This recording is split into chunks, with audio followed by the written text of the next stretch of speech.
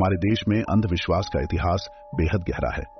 हमने कई कहानियां सुनी होंगी जिसमें अंधविश्वास जाने अनजाने में एक अनहोनी में बदल गया होगा, मगर आज का यह केस आपको अंदर तक हिलाकर रख देगा और सोचने पर मजबूर कर देगा कि आखिर मुजरिम कोई इंसान है या हमारे मन का अंधविश्वास। 24 अक्टूबर 2007 हिमाचल प्रदेश की सुंदर वादियों के बीच बसे एक छोटे से गांव में आम दिनों से कुछ ज्यादा हलचल थी, क्योंकि गांव के एक ही घर से सभी घर वालों के जोर जोर से रोने की आवाज आ रही थी। गांव की सरपंच शीर्षा देवी जब गांव के कुछ लोगों के साथ उस घर के अंदर गई तो वहां उन्हें सब घर वाले उस घर की बेटी लता देवी की लाश को घेर कर रोते हुए मिले। गांव वालों को पिछले 2 दिन से रात के समय लता देवी के चिल्लाने की आवाजें सुनाई तो दे रही थी, पर उन सबको यही पता था कि वह बीमार चल रही है और इस वजह से दर्द में थी। पर लता देवी को मरा हुआ देखकर सब बहुत ज्यादा डरे हुए थे। तभी उन्हें किसी के कुछ बोलने की आवाज आई और उन्होंने देखा कि घर के रांडे में एक तांत्रिक खड़ा है। वह तांत्रिक वहां खड़ा बार बार बोल रहा था कि वह लता देवी को जिंदा कर सकता है। यह देखकर सब गांव वालों को एहसास हो गया था कि उस तांत्रिक ने ही कुछ किया था, क्योंकि लता के शरीर पर कई सारे चोट के निशान थे और पूरे घर में उसके खून की छींटे फैले हुए थे, बल्कि उस तांत्रिक के कपड़ों पर भी खून लगा हुआ था। शीर्ष देवी ने तभी पुलिस को फोन लगाया। पुलिस ने फौरन वहां पहुंचकर उस तांत्रिक को गिरफ्तार कर लिया। जब उन्होंने सब घर वालों से पूछताछ की तो पुलिस के सामने एक ऐसा डरावना सच्चा आया जिसने सबको विश्वास और अंधविश्वास पर सवाल उठाने के लिए मजबूर कर दिया। लता के पति राजकुमार ने बताया कि लता की मुलाकात उस तांत्रिक से एक दिन बस में ट्रेवल करते हुए हुई थी। उस दिन पूरी बस भरी हुई थी, तो उस तांत्रिक जिसने अपना नाम लक्ष्मण दास बताया था और उसने अपनी सीट लता को ऑफर करके उसका विश्वास जीत लिया था। उस दिन लता पर लक्ष्मण दास का ऐसा असर हुआ था कि कुछ महीनों बाद अक्टूबर में नवरात्रि के समय वह अपने पति से लक्ष्मण दास की बताई हुई पूजा करवाने के लिए एक बच्चे की तरह जिद करने लगी।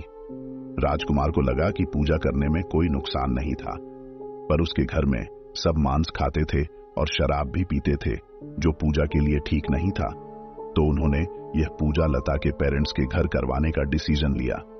लता के भाई ने बताया कि उस तांत्रिक ने लता के पिता से कहा कि उनके घर के बैकयार्ड में भगवान की एक पवित्र मूर्ति है और लता के पिता को बैकयार्ड को रात में खुदा कर उसे ढूंढने का काम दिया। पर कई रातों की खुदाई के बाद भी वहां सिर्फ पत्थर के कुछ टुकड़े मिले, जिसको लक्ष्मण दास ने पूजा घर में स्थापित करने को कह दिया।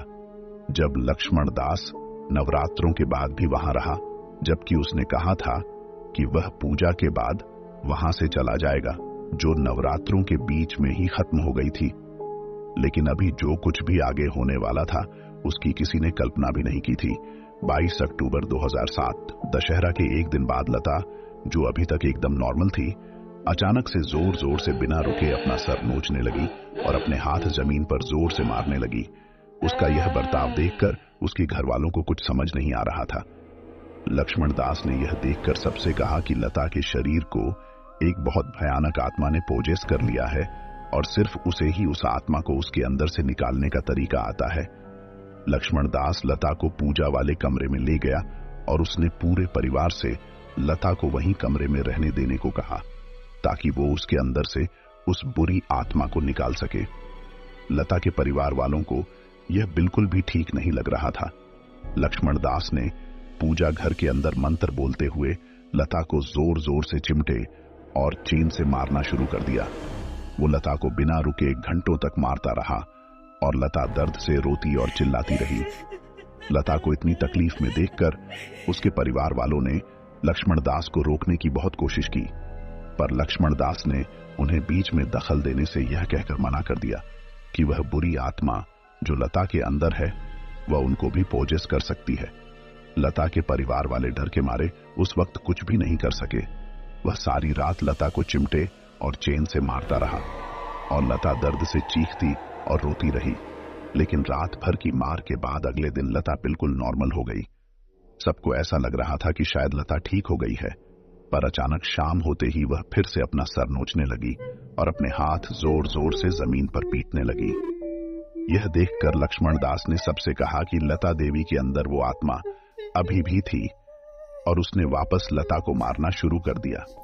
लता का पूरा परिवार बहुत परेशान हो रहा था, मगर लक्ष्मण दास ने इस बार भी किसी की नहीं सुनी और मारते मारते लता के पूरे शरीर से इतना खून निकाल दिया कि लक्ष्मण दास की शर्ट भी लता के खून से लाल हो गई।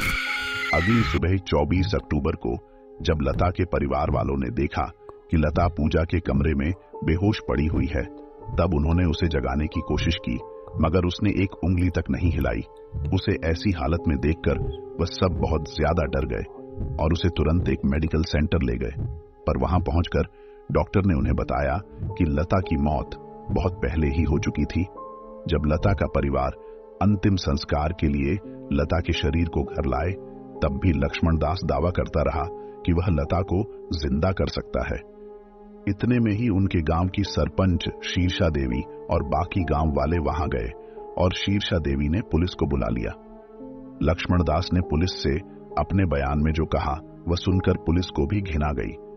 उसने उनसे कहा कि उसने लता को कोई चोट नहीं पहुंचाई थी, बल्कि लता पागल थी और वह खुद ही अपनी मौत की जिम्मेदार है। लक्ष्मण दास ने बताया कि लता ने खुद को ही पूजा घर में लॉक करके चिमटे और चैन से मार मार कर खुद की जान ली थी। पुलिस ने क्राइम सीन से वो चिमटा और चैन भी बरामद किए, जो लक्ष्मण दास के हिसाब से लता के घर वालों के थे। पर पुलिस इन्वेस्टिगेशन में साफ था कि वह लक्ष्मण दास ही अपने साथ लाया था। उन्होंने क्राइम साइट पर लता के खून के धब्बे भी देखे और वहां से लक्ष्मण दास की शर्ट भी बरामद की गई, जो लता के खून से लाल हो गई थी।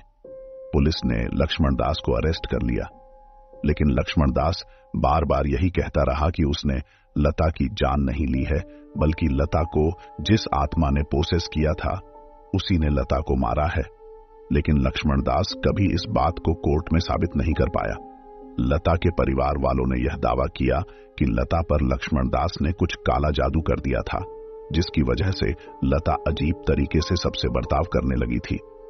कोर्ट ने फाइनली उस पर मर्डर का चार्ज लगाया और उसे जेल में डाल दिया। आपको क्या लगता है, क्या सच में लता थी या ये सब उस तांत्रिक का काला जादू था? और क्या सच में ऐसे शैतान एग्जिस्ट करते हैं? हमें कमेंट्स में जरूर बताइए। और अगर आज की कहानी अच्छी लगी तो हमारा चैनल रॉय स्टोरी जल्दी से सब्सक्राइब कर लो।